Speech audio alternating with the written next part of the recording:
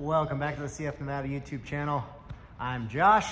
This is our 1978 Roadrunner Manteca hay squeeze. We just got the sandblasting all done.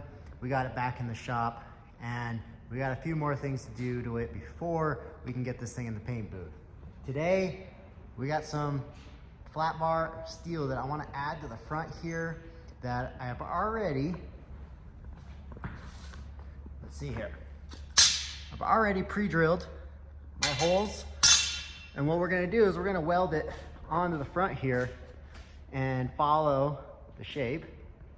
So we've got 3 pieces going across, and then those holes that are in there are gonna be for the LED lights to go in, those little bullet lights. So I'm gonna put those in, and then eventually we're gonna do some up top, so then it'll match with that, and then our headlights. So I think that'll look really good.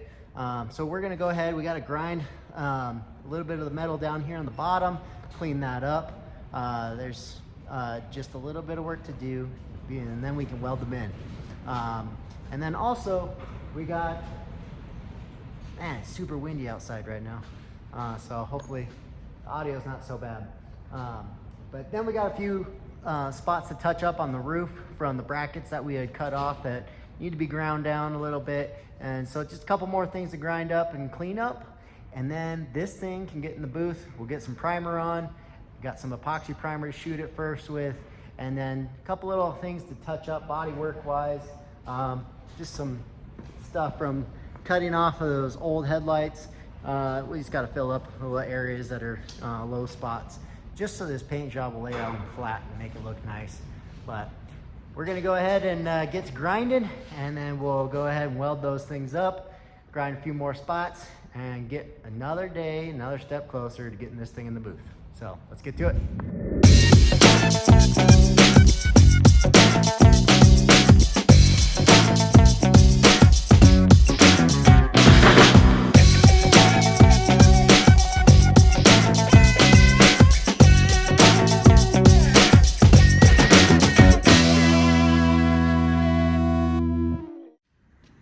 So we got the metal ground down. There was a little bit of a lot of extra welding under the tongue here, or tow hook that they put on. So I had to ground out a little bit extra metal there, but wanted to get this to sit as flush as I can.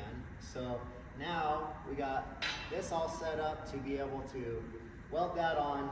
We're gonna tack this up, tack the other side, and the other side, and then we'll go ahead and put a bead all the way around, but we're almost there. So I'm gonna switch our grinder over to a wire wheel, clean these up a little bit more, and we'll get to welding.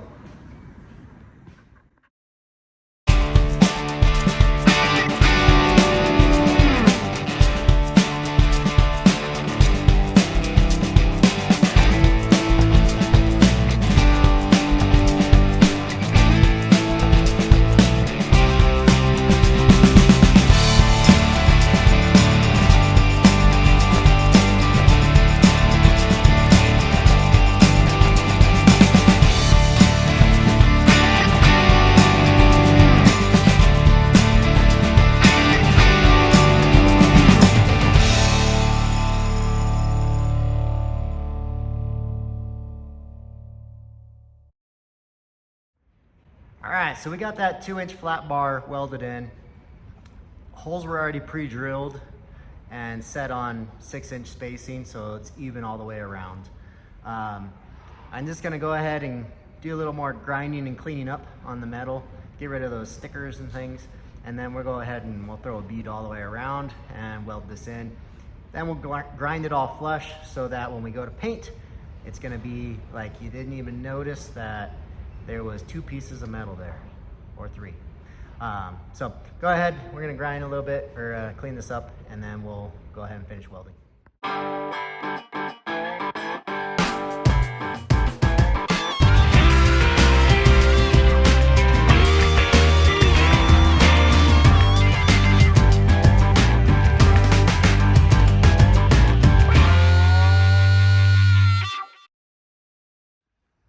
All right, we got it welded in, and I like how this looks.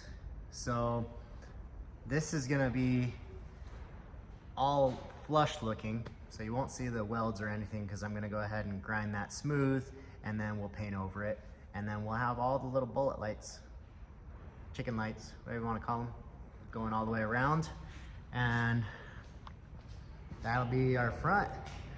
So it dropped it 2 inches in the front there, and then I'm thinking about going back and grabbing some more metal and adding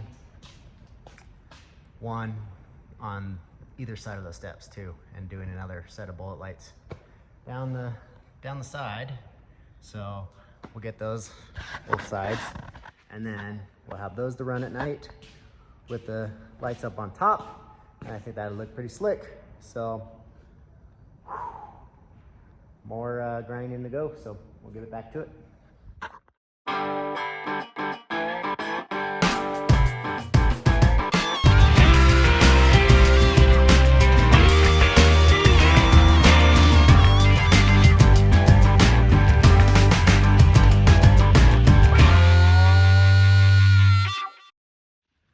All right, that was a lot of grinding, but we got it done. So this looks pretty dang good. Now, for a 1978 hay squeeze, nothing was straight or perfect. The metal down below, it kind of waved a little bit, so I tried to fill in as much as I could, and we'll have to touch up with a little filler in there. I was already gonna do that because there's a lot of, I don't know why, but there's a lot of divots and bumps and stuff in the main frame of the squeeze here. So I was already gonna, after we prime, we're gonna fill it, those little holes, and make sure that that paint looks flush. The other thing was, nothing square, nor is it even on these old guys. So the front and the other side, able to put a 3 foot 36-inch piece in there just fine, but this one came up short by 1 inch, so we had to add in a little bit on that corner to get it to go all the way to where it bends. So I had it end right there. I'm still thinking about adding in a little corner piece here and then just cutting a line. So welding in a piece here and getting rid of this curve, and then just going to a straight cut off, so it kind of angles up versus having this round piece. Or I could just extend it and then continue that same profile again. But I think the straight angles will look a little better, especially if I add in another piece under the steps. So it's dinner time, so I'm gonna stop here for today. We'll get back out here tomorrow and grind up on the roof. So we'll see you tomorrow.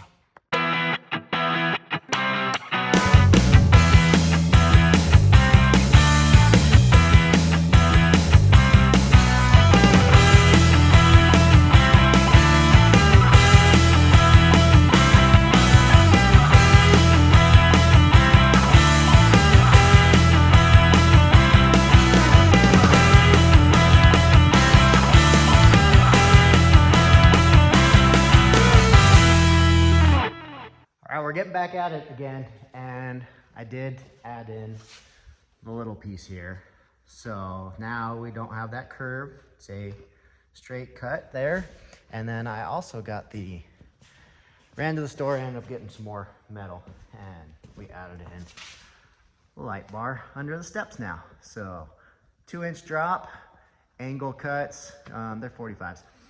So there's no rounded edge anymore where it came into the tires, and we 45 the edges, added 2-inch drop. I think that just looks a lot cleaner, and it'll look cool once it's all painted and matching, and we got the lights installed. So one side's done. We got to go ahead and do the other side now, add in that little piece, and then we also got to heat up and bend out the side panel here, because this one had gotten bent at some point. So I'm gonna go ahead and work on this front corner, and then we'll get to that side piece and we'll get so close to being able to put this in the booth. I gotta finish grinding off a couple of the brackets that we cut off on the roof, and then there's a few holes up around the window here that I'm not gonna use anymore. Actually, they were just bolts coming through and they weren't attached to anything on a couple of them. So we're just gonna go ahead and get rid of that completely and then fill it all in. So got a lot more work still to do.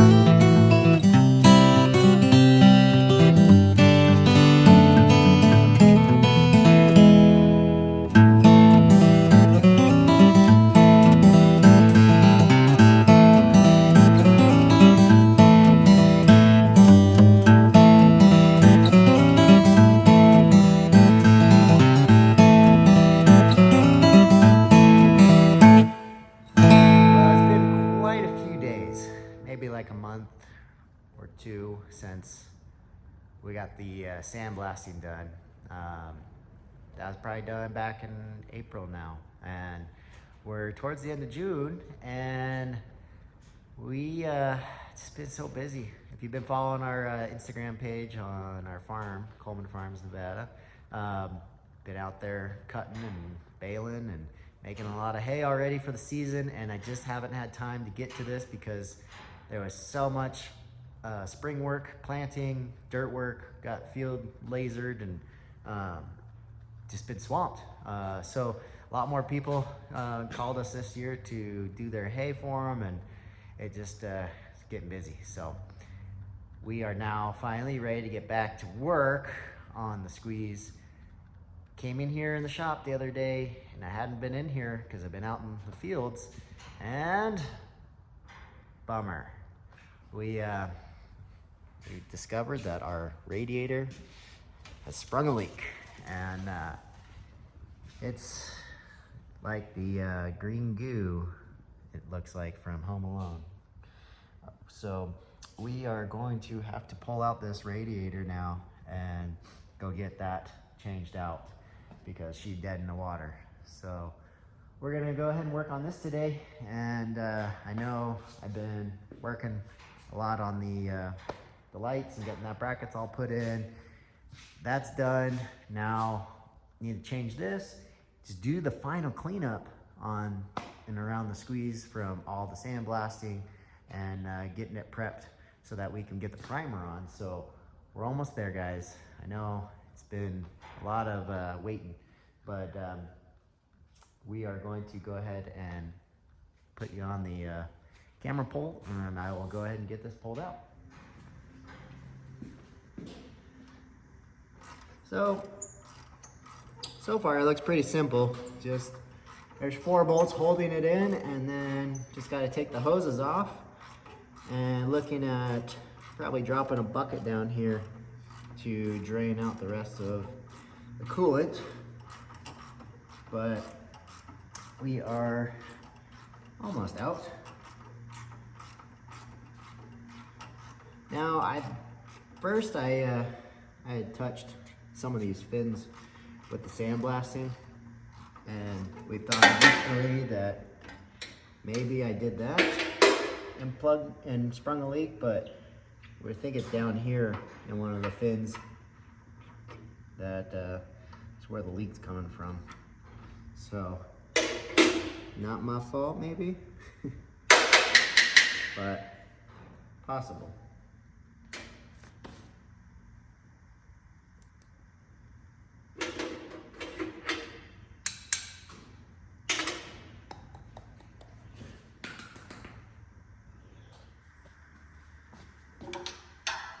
So there's quite a bit of room where a hydraulic pump sits that I could throw a bucket in here. So the hope is I should be able to unhook this hose and drain this out into the bucket without spilling any more all over the floor. Unless it's already, no, it's starting to come out. Oh, that old hose is on there good. Let's see here.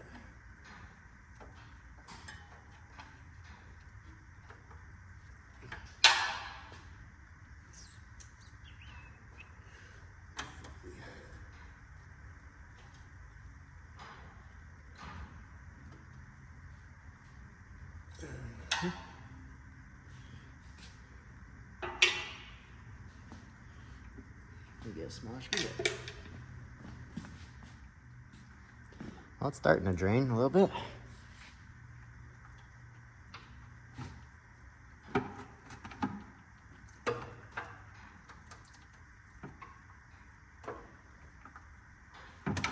don't go that way.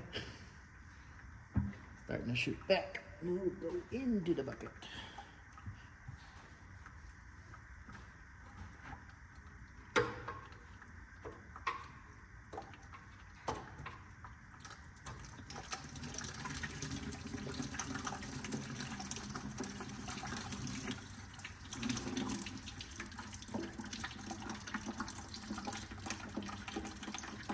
Well, let some of that drain down, and then we'll hopefully be able to take it off the rest of the way.